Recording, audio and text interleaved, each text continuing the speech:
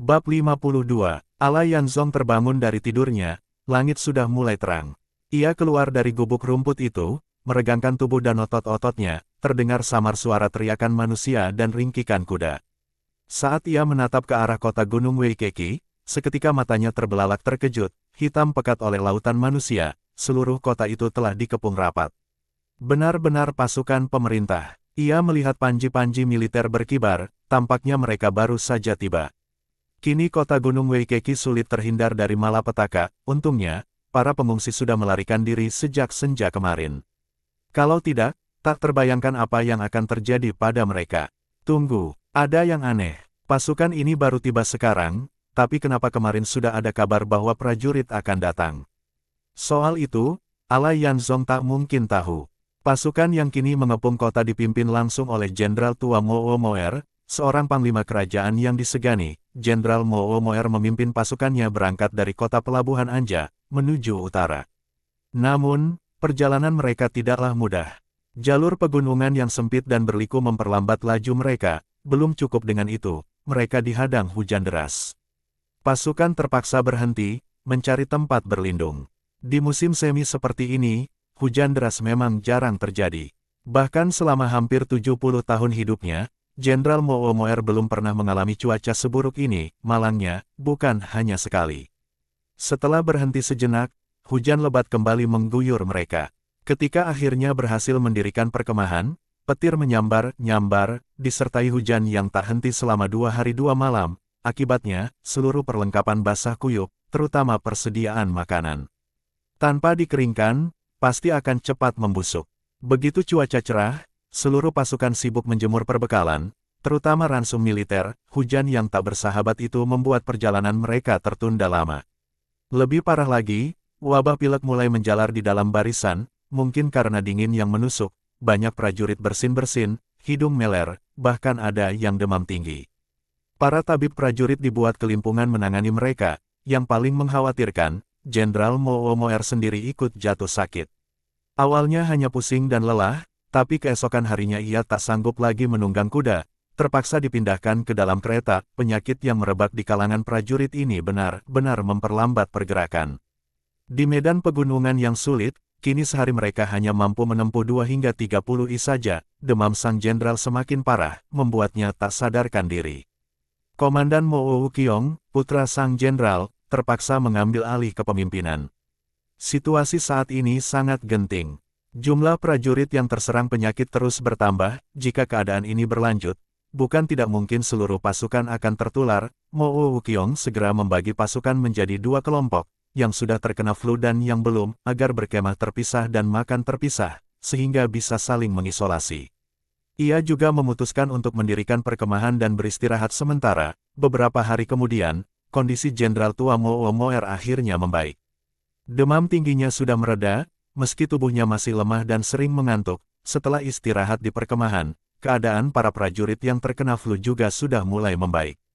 Sebagian kecil sudah pulih sepenuhnya, meskipun sebagian besar masih terus batuk. Saat itulah perintah raja tiba dari kota Raja Moksu. Isi perintah tersebut berbunyi, karena pengungsi masuk ke kota, wabah merebak di kota Gunung Weikeki.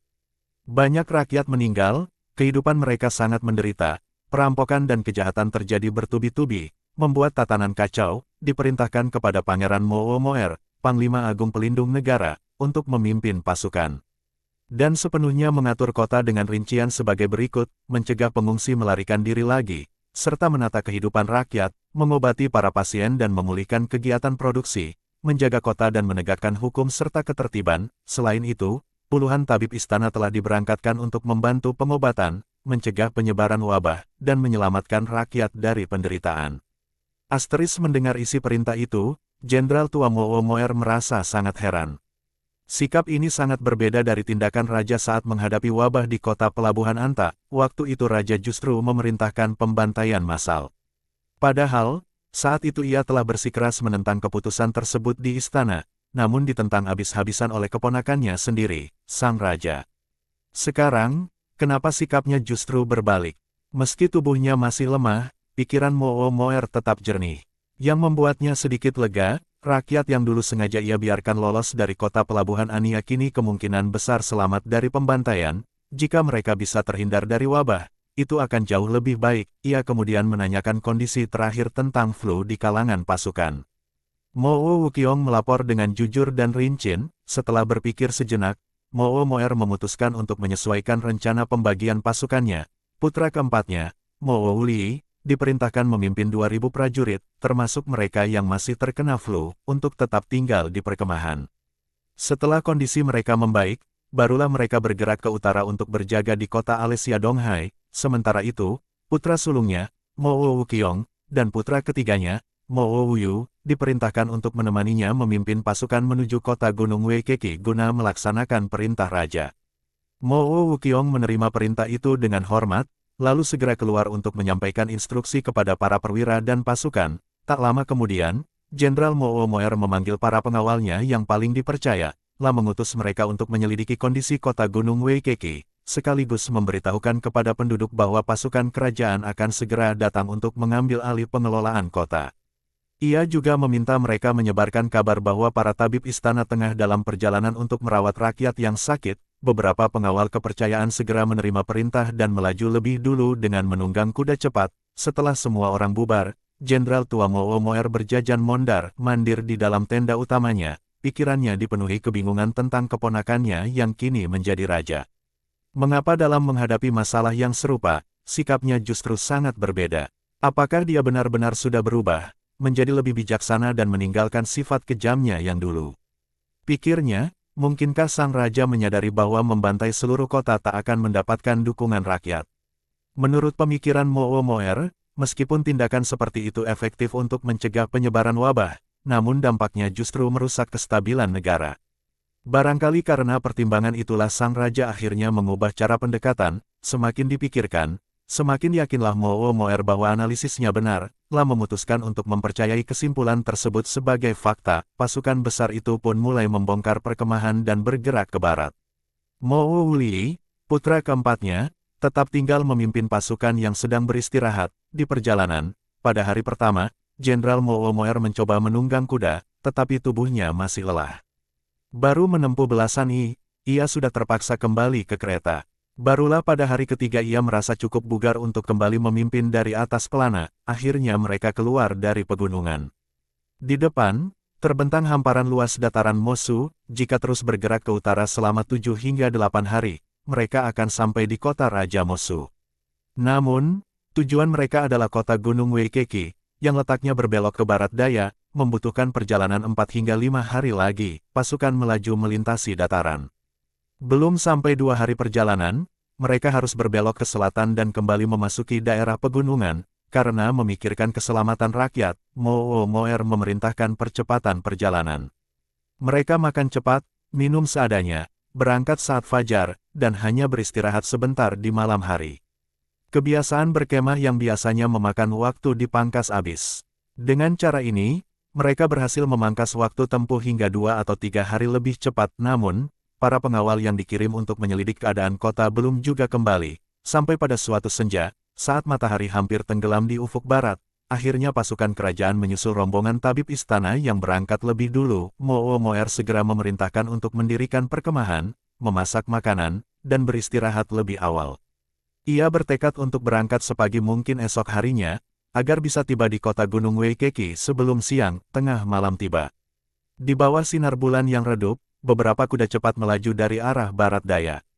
Mereka adalah para pengawal yang sebelumnya dikirim untuk mengumpulkan informasi. Setelah mendengarkan laporan mereka, Mo Moer hanya bisa menghela napas panjang. Ternyata, para pengawal itu sudah sampai di pinggiran kota Gunung Weikeki pada waktu senja, hampir bersamaan dengan Alai Yanzong dan rombongannya. Mereka sangat terkejut melihat ribuan pengungsi berkerumun di luar tembok kota. Agar tidak menimbulkan kepanikan, para pengawal menyembunyikan kuda mereka di balik pepohonan dan berganti pakaian seperti rakyat biasa. Dengan begitu, mereka bisa menyusup ke dalam kerumunan untuk mencari tahu keadaan. Informasi pun segera didapat.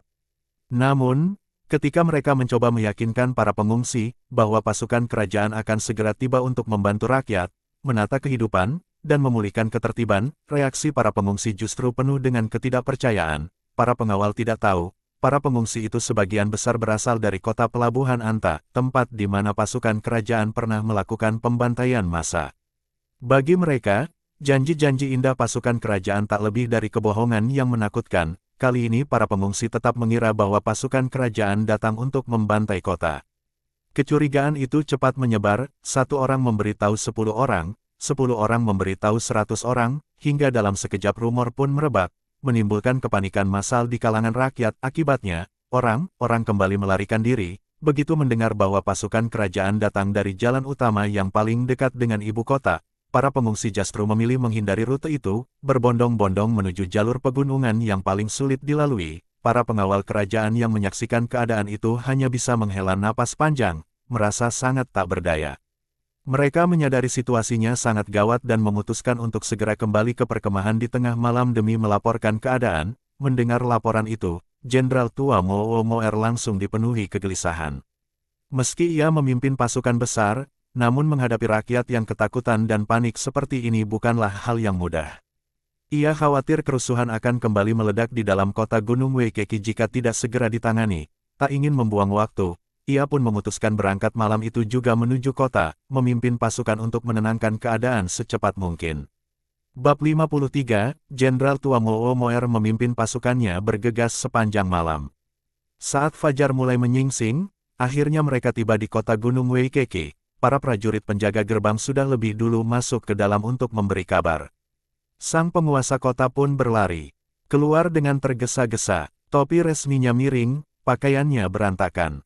Ia segera turun dari kudanya dan membungkuk memberi hormat di depan Mo Moer. "Selamat datang, Yang Mulia Pangeran," seninya. "Hamba mohon ampun karena terlambat menyambut." Mo Moer menatapnya. Penguasa kota itu seorang pria berusia 40-an tahun, bertubuh gemuk dan berkulit pucat, jenggot kambingnya ikut terangkat saat dagunya bergerak. Sambil menahan kudanya, Mo Moer berkata dengan datar, "Sudahlah, soal sambutan, itu bukan kesalahanmu." Mendengar itu, wajah si penguasa kota langsung dipenuhi senyuman penuh rasa lega. "Terima kasih atas kemurahan hati Yang Mulia. Silakan masuk ke kota untuk beristirahat." Namun, Mo Moer mengangkat tangannya, menghentikan tawaran itu. "Nanti saja, tapi para pengungsi sudah melarikan diri. Tahukah kamu itu sebuah kesalahan?" Wajah si penguasa kota langsung berubah pucat, lah melirik para prajurit di sekelilingnya semuanya tampak gagah dengan tatapan tajam penuh aura membunuh. Suasana semakin tegang. Ia mengintip wajah Jenderal Mo Moer. Sang jenderal berdiri dengan ekspresi dingin, penuh wibawa, jantungnya serasa berhenti. Tanpa pikir panjang, ia langsung berlutut, menundukkan kepala hingga dahinya membentur tanah. "Hamba sadar telah bersalah. Hamba sudah tahu kesalahan hamba," teriaknya dengan panik. Tapi para pengungsi itu, merekalah karena hamba tak bisa mengendalikan situasi. Jumlahnya benar-benar terlalu banyak. Prajurit di dalam kota pun sangat terbatas. Hamba sungguh tak berdaya. Mo Moer menatap pemandangan berantakan di sekitar gerbang. Sampah berserakan, tanah becek oleh jejak pelarian. Ia mendengus dingin. Melihat kekacauan di luar ini saja sudah cukup menunjukkan ketidakmampuanmu. Mulai sekarang, pasukan kerajaan akan mengambil alih semua urusan kota ini. Penguasa kota itu terus-menerus mengangguk dan membentur-benturkan dahinya ke tanah, berulang kali berkata, "Baik. Baik, hamba patuh. Hamba terima perintah." Namun, suara sang jenderal belum selesai. "Sebagai seorang penguasa kota, seharusnya kamu memikirkan kesejahteraan rakyatmu. Tapi apa yang terjadi? Kamu gagal mengendalikan wabah, membiarkan pengungsi berlarian, hingga akhirnya penyakit makin menyebar. Membunuhmu pun belum tentu cukup untuk menebus dosa kepada rakyat." Tubuh si penguasa kota gemetar hebat. Wajahnya pucat seperti mayat, keringat mengucur deras. Ia terus memohon ampun tanpa henti. Ini sama sekali tidak seperti kabar yang kudengar kemarin, kenapa tiba-tiba jadi begini?" Pikirnya panik, apa yang sebenarnya terjadi kemarin? Sore sebelumnya, dua pengawal kepercayaan Mo Moer yang dikirim sebagai mata-mata sempat menyaksikan sendiri bagaimana pengungsi berhamburan lari karena rumor yang menyebar. Para penjaga gerbang kala itu pun merasa heran. Kenapa rakyat begitu ketakutan hanya karena pasukan kerajaan akan datang? Pikir mereka, saat arus manusia terus mengalir melewati gerbang, seorang penjaga menarik seorang pemuda yang sedang berlari terbirit-birit. Dengan suara berat, ia bertanya, "Hel, apa benar pasukan kerajaan akan membantai kota?" Pemuda itu tampak panik, buru-buru berkata, "Benar." Mereka memang akan membantai kota. Benteng pesisir Ania saja sudah mereka habisi, aku sendiri melarikan diri dari sana. Sebaiknya kalian juga kabur. Penjaga pertama hanya tersenyum tipis. Kami tidak takut, kami ini penjaga kota. Namun, pemuda itu semakin cemas. Pembantaian artinya membunuh semua orang. Tak peduli pejabat atau prajurit, rakyat atau prajurit, tak ada yang dibiarkan hidup. Kalau kamu tak takut mati, silakan tetap di sini. Kalau kamu tak percaya, aku percaya. Sekarang lepaskan aku mau menyelamatkan diri. Selesai berkata, pemuda itu memberontak, berhasil melepaskan diri dari cengkeraman penjaga, dan segera berlari lagi. Senyuman di wajah penjaga pertama langsung lenyap. Wajahnya berubah pucat, ketakutan mulai merayap di matanya. Ia segera berbisik panik kepada teman-temannya, kalau ini benar, kita juga tak bakal selamat. Cepat, laporkan ke penguasa kota, kita haruslah. Tanpa menunggu jawaban, ia berbalik dan berlari ke dalam kota. Para penjaga lain yang tertinggal mulai kacau, formasi mereka berantakan, wajah mereka dipenuhi rasa takut, saling berbisik gelisah, tak tahu harus berbuat apa. Di depan gerbang, lapangan terbuka itu hanya dipenuhi mayat bergelimpangan dan sisa kekacauan. Sampah berserakan, barang-barang porak-poranda, semua hancur tak berbentuk. Sementara itu, para pengawal kerajaan yang sedang menyelidik situasi berdiskusi sejenak. Kemudian mereka kembali ke hutan, melepas penyamaran rakyat jelata hingga tampak seragam militer mereka yang resmi. Setelah menuntun kuda mereka keluar, mereka menunggangi kuda itu dan berderap menuju gerbang kota. Melihat prajurit kerajaan sungguhan datang, para penjaga kota malah semakin panik. Salah satu pengawal kerajaan angkat suara lantang, laporkan pada penguasa kota. Tak perlu panik, Pangeran Mowo akan segera tiba untuk membantu mengendalikan wabah dan menata kota ini.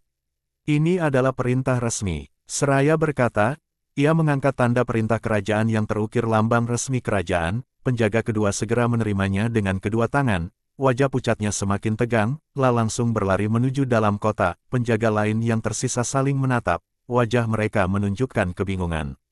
Mana yang harus dipercaya, rumor pembantaian atau kabar bantuan ini? Dengan memberanikan diri, seorang penjaga ketiga bertanya pelan, jadi, benar tidak akan ada pembantaian. Wajah pengawal pembawa perintah itu seketika menjadi dingin. Dengar dan patuhi perintah. Jangan percaya rumor. Kalau benar mau membantai, apa mungkin kami memberitahumu? Setelah itu, para pengawal kerajaan tak menghiraukan para penjaga lagi. Mereka segera memacu kuda untuk kembali dan melaporkan situasi kepada Jenderal Mowo Moer. Begitu mendengar laporan dari penjaga pertama, penguasa kota langsung panik. Ia segera memerintahkan keluarganya untuk mengemasi barang-barang berharga, seperti emas, perak, perhiasan, pakaian, sepatu, dan perlengkapan ringan yang mudah dibawa untuk bersiap melarikan diri. Penjaga pertama itu, setelah menyampaikan laporan, bergegas keluar lagi. Namun, baru melangkah keluar dari gerbang kediaman penguasa kota, ia bertabrakan dengan penjaga kedua yang baru saja kembali. Keduanya saling bergegas menjelaskan. Ketika mendengar kabar bahwa tidak akan ada pembantaian, penjaga pertama akhirnya merasa lega. Ia pun kembali bersama penjaga kedua untuk melaporkan kabar terbaru. Begitu mendengar laporan itu, wajah sang penguasa kota berubah cerah, senyum lebarnya kembali merekah. Ia menoleh kedua penjaga itu dan setengah bercanda berkata, jadi, tadi kalian ini cuma mau menakut-nakuti aku, ya? Kami, tidak berani, seru mereka serempak. Penguasa kota melambaikan tangannya, sudahlah, kembalilah ke pos kalian. Para penjaga pun pergi. Sementara itu, penguasa kota yang semula panik kini sudah sepenuhnya tenang. Ia membatalkan rencana melarikan diri, menyuruh keluarganya berhenti berkemas, dan malah mulai mengatur persiapan makan malam. Dalam kegembiraannya, ia lupa sama sekali untuk memperhatikan keadaan di luar kota. Keesokan paginya, saat langit baru saja merekah, penguasa kota masih terlelap di tempat tidur hangatnya. Namun, teriakan laporan dari seorang penjaga membangunkannya dengan kaget. Ia pun buru mengenakan pakaian dan berlari keluar gerbang. Kini, berhadapan langsung dengan Pangeran Mowo Moer, dan mendengar ancaman hukuman atas kelalaiannya, ia benar-benar ketakutan. Tubuhnya bergetar hebat, lututnya gemetar, dan ia tersungkur ke tanah, tak berani mengangkat kepala, padahal, Jenderal tua Mowo Moer sebenarnya tidak berniat menghukumnya sampai mati. Ia hanya menyalahkannya atas kegagalannya mengatur kota. Dalam hatinya, Mowo Moer justru menyesali dirinya sendiri. Awalnya, ia mengirim para pengawal untuk menenangkan rakyat, berharap situasi membaik. Tak disangka, niat baik itu malah berbalik menjadi bumerang, membuat para pengungsi semakin ketakutan dan melarikan diri, namun, ia tak punya waktu untuk terus menyesal. Dengan cepat, ia memerintahkan penguasa kota untuk berdiri dan menjelaskan kondisi terkini. Setelah mendapat laporan lengkap, Mo Moer mengeluarkan serangkaian perintah tegas, seluruh warga diperintahkan untuk tetap di rumah dan melakukan isolasi, pencatatan jumlah penduduk dilakukan dari rumah ke rumah, para tabib istana dikirimkan ke rumah-rumah untuk mengobati warga yang sakit, gerbang kota dijaga ketat sepanjang hari dan malam, keluar masuk diawasi tanpa terkecuali, patroli prajurit digiatkan, memastikan keamanan dan ketertiban di dalam kota, sampah di sekitar kota dibersihkan, sementara mayat-mayat dikumpulkan dan dibakar untuk mencegah penyebaran penyakit, perdagangan dipulihkan, tetapi dibatasi pada area yang ditentukan, dengan waktu operasional terbatas. Semua transaksi diawasi oleh prajurit agar berjalan tertib, dari kejauhan, Ala Yanzong berdiri di puncak bukit, mengamati semua pergerakan itu. Meski ia tak bisa mendengar perintah yang dikeluarkan, namun ia bisa melihat jelas bagaimana pasukan kerajaan bergerak cepat melaksanakan tugasnya. Satu regu masuk ke dalam kota, satu regu lagi membersihkan lapangan depan gerbang, satu regu lainnya mendirikan perkemahan di luar tembok, mengepung kota dengan rapi. Tak lama kemudian, beberapa kereta dorong keluar dari kota, penuh dengan sesuatu yang ditutupi kain kasar. Kereta-kereta itu didorong ke kaki bukit, lalu ditumpuki kayu bakar dan dinyalakan api besar. Asap hitam mengepul ke langit. Tak lama, bau daging hangus menyebar di udara. Ala Yanzong menggertakkan gigi. Bau itu sangat familiar, ia pernah menciumnya di luar benteng pesisir Ania saat pembantaian terjadi, tangannya mengepal, marah dan putus asa dengan suara serak, ia berbisik, "Hah. Jadi benar, ini memang pembantaian." Gelombang kebencian meledak di hati Ala Yanzong. Pikirannya melayang pada gurunya yang telah gugur dan rakyat benteng pesisir Ania yang kini bersemayam di kuburan massal raksasa, matanya mulai berkaca-kaca, dan amarah membakar dadanya. Kejam sekali. Batinnya geram, memperlakukan rakyat seperti ini, bagaimana mungkin mereka mendapat dukungan rakyat? Kerajaan seperti ini takkan bertahan lama. Kata-kata Mo Sufuyun terlintas kembali dalam ingatannya. Kini, Ala Yanzong mulai mengerti dan sedikit setuju dengan cara pandang Mo Sufuyun terhadap dunia. Kalau benar aku ini anak dari Pangeran Mahkota Mo Wuwang, pikirnya getir, aku merasa malu dengan garis keturunanku sendiri. Memalukan punya paman seperti dia. Para pejabat di istana berkuasa sesuka hati, tapi nyawa rakyat dianggap remeh. Demi mempertahankan tahta, mereka tega mengorbankan orang tak bersalah. Pemimpin macam apa itu? Jabatan mereka jelas tak pantas dengan kelakuan mereka. Ia teringat akan perjalanan hidupnya selama ini, menolong sesama, mengobati orang sakit, membela yang lemah. Semua yang ia lakukan selama ini seakan akan menebus dosa keluarga kerajaan yang tak bermoral itu. Aku jijik dianggap bagian dari mereka. Aku tak sudi disamakan dengan orang-orang semacam itu. Ia menarik napas panjang. Tidak, aku harus memperjelas siapa diriku. Aku rakyat biasa, bukan bagian dari keluarga kejam itu.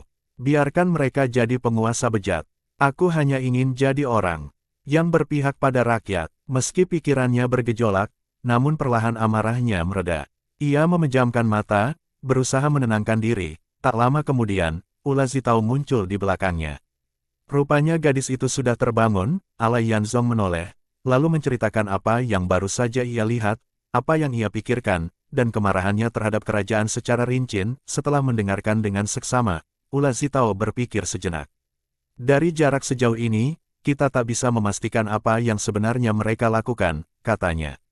Bisa jadi mereka membakar mayat demi mencegah wabah, bukan semata-mata membantai.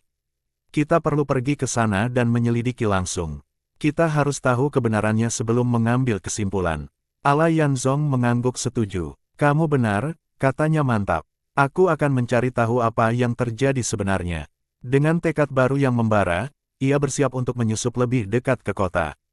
Bab 54. Ala Yanzong berpikir sejenak. Ia merasa bahwa pergi ke kota Gunung Weikeki di siang hari terlalu mencolok dan berisiko, lebih baik menunggu hingga malam untuk menyelidiki keadaan di sana. Sambil menunggu waktu berlalu, ia dan Ula Zitao mencari serta memetik tanaman obat di pegunungan sepanjang hari. Akhirnya, saat matahari tenggelam di barat dan bulan perlahan naik di timur, waktunya pun tiba. Cahaya bulan malam itu tidak terlalu terang, cukup membantu mereka bersembunyi dalam bayang-bayang. Ala Yanzong meninggalkan ranselnya di tempat persembunyian dan berkata kepada Ula Zitao, tetap di sini, jaga tempat ini. Ula Zitao mengangguk, menjaga gubuk rumput mereka di lereng bukit, sementara Ala Yanzong melaju sendirian menuju kota. Ia harus melihat dengan mata kepalanya sendiri untuk menjawab segala keraguan yang menghantui hatinya, agar tidak dikenali dan menghindari masalah di kemudian hari. Ala Yanzong menutupi wajahnya dengan sehelai kain. Sekarang aku malah mirip seorang perampok, pikirnya dalam hati, merasa aneh dengan penyamarannya sendiri. Di bawah sinar bulan yang redup, kelap-kelip cahaya tampak dari dalam benteng kota, tak jauh dari sisi utara kota, di sebuah puncak bukit kecil, sesosok bayangan manusia bergerak lincah. Dengan beberapa kali lompatan ringan, Ala Yanzong telah mencapai tepi tebing. Ia melesat turun ke jalan setapak di bawahnya, lalu segera berlari cepat ke arah kota. Di luar benteng, perkemahan militer terlihat rapi dan tertib. Suara hiruk-pikuk kuda dan teriakan prajurit yang terdengar di siang hari, kini berubah menjadi kesunyian mencekam. Namun, di kiri kanan gerbang kota, obor berkobar terang, dijaga oleh beberapa prajurit bersenjata tombak yang berdiri tegap. Ala Yanzong menghindari gerbang utama, memilih untuk mengitari tembok kota. Kota itu dibangun bersandar pada lereng gunung, tanpa adanya parit pelindung. Menemukan bagian tembok yang sepi penjaga, ia menempelkan tubuh ke dinding, mencengkeram celah-celah bata, dan dengan cekatan memanjat ke atas. Hanya dalam hitungan detik, ia sudah berdiri di puncak tembok tanpa menemui seorang penjaga pun. Dari atas, ia mengamati ke dalam kota. Tidak seperti benteng pesisir Ania yang memiliki jalan lurus dan teratur, jalan di sini berkelok-kelok, mengikuti kontur tanah yang naik turun. Rumah warga banyak yang dibangun menempel pada lereng gunung, menciptakan pemandangan bertingkat. Sesekali, beberapa obor tampak bergerak perlahan di sepanjang gang-gang sempit, pertanda pasukan patroli sedang berkeliling. Ala Yanzong menemukan tangga di bagian dalam tembok dan perlahan menuruni anak tangga itu. Di dalam kota, meski ada cahaya lampu, namun jumlahnya sangat sedikit. Titik cahaya itu bersumber dari jendela rumah warga. Saat seperti ini, orang-orang pasti sedang bersantai setelah makan malam, pikirnya. Rumah yang masih menyala, lampunya menandakan ada penghuninya, sementara rumah-rumah gelap kemungkinan kosong atau ditinggalkan, tak ingin ketahuan oleh prajurit yang berpatroli. Ala Yanzong meloncat ke atap rumah terdekat.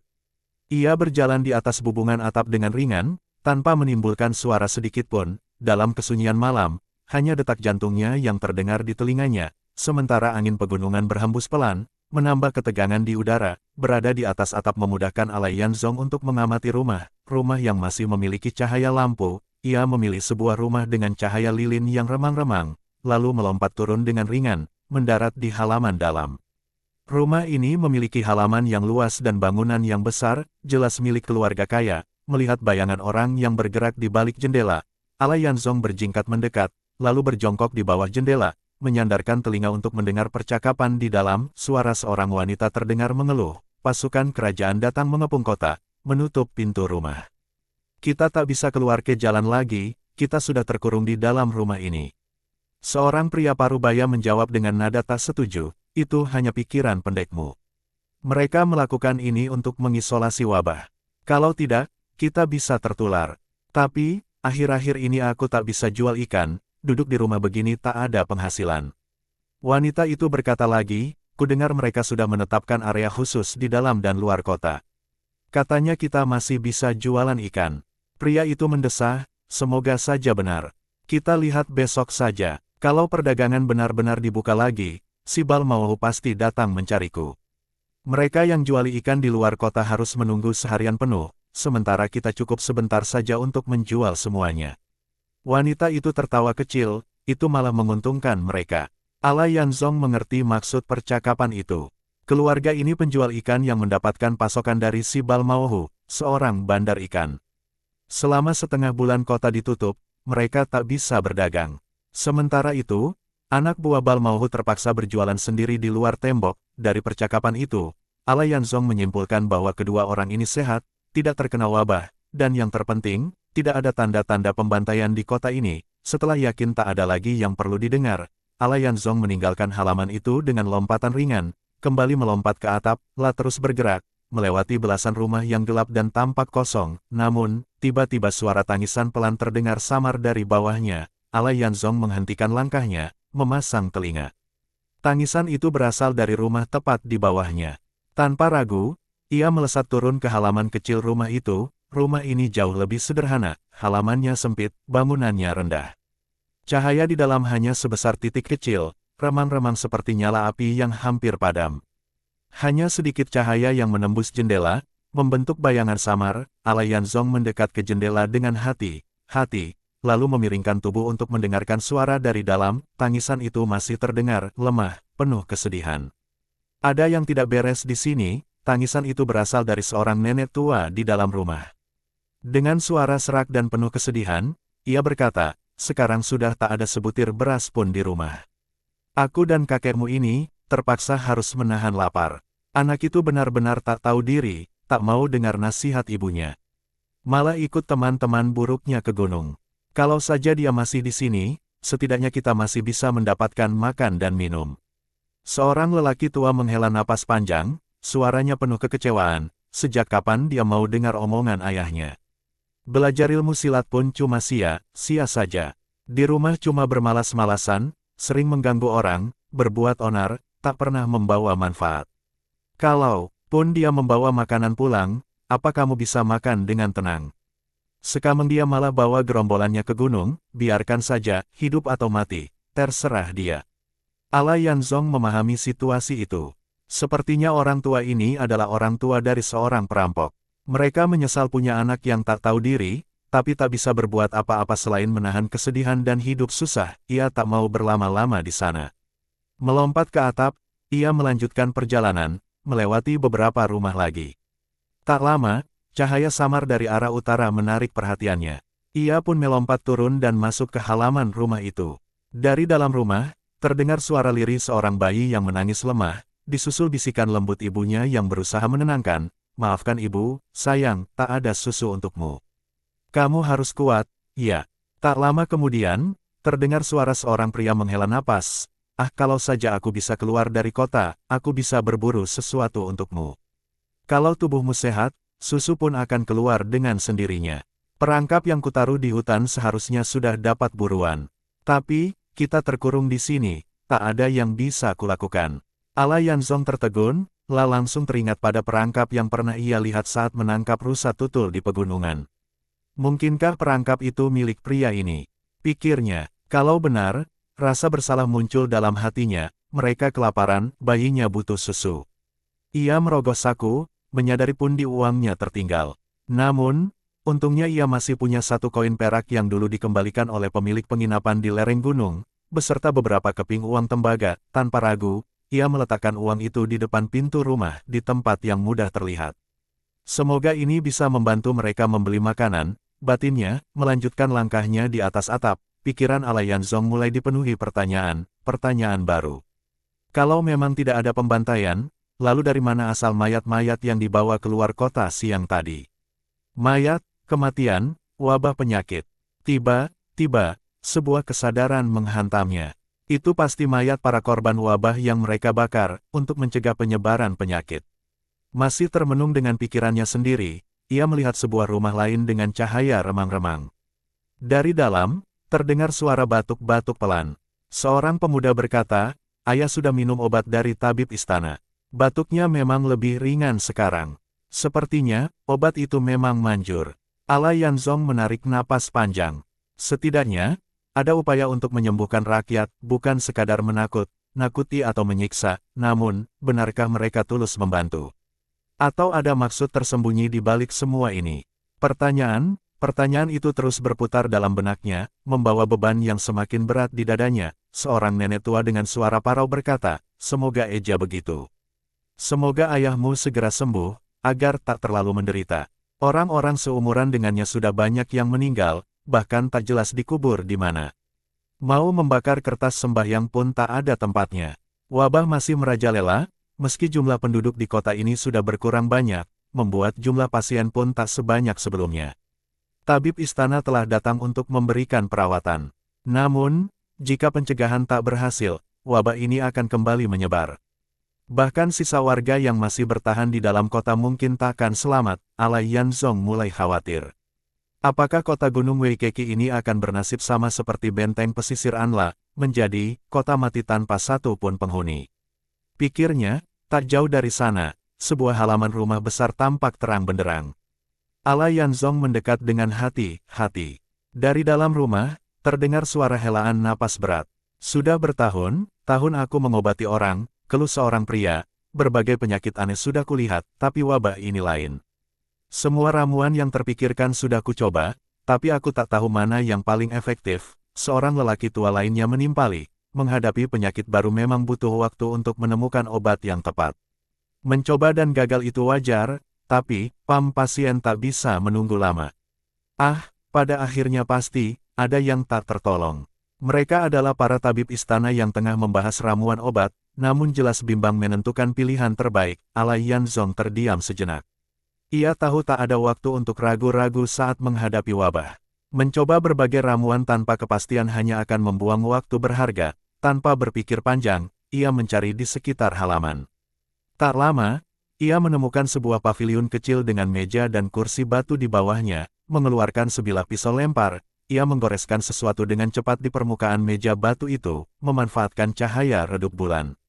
Tangannya bergerak lincah, membentuk sebuah resep obat yang ia rangkai dari pengetahuan pengobatannya sendiri. Begitu selesai, Ala Yanzong meletakkan sebuah bangku batu di atas meja itu agar tulisan yang terukir lebih mudah dilihat. Semoga mereka menemukannya besok pagi, batinnya. Kalau ramuan ini bisa membantu, setidaknya beberapa nyawa bisa diselamatkan. Setelah memastikan semua beres, ia memanjat tembok tinggi untuk keluar dari pekarangan itu. Namun, baru saja ia mendarat di luar, sebuah suara tegas membelah kesunyian malam, berhenti. Ala Yanzong terkejut, menoleh cepat. Pasukan patroli, sekitar 10 orang prajurit, berada tak jauh darinya. Mereka baru saja berbelok dan melihatnya memanjat keluar dari tembok rumah orang. Berani-beraninya kamu menerobos rumah warga di malam hari. Berhenti atau kami tangkap, salah satu prajurit berteriak keras.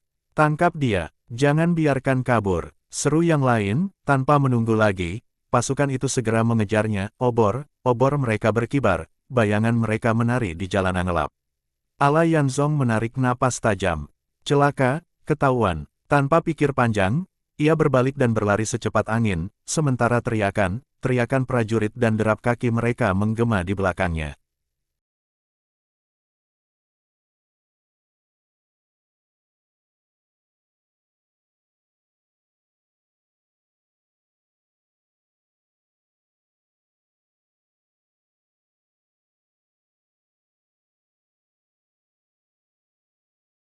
Bersambung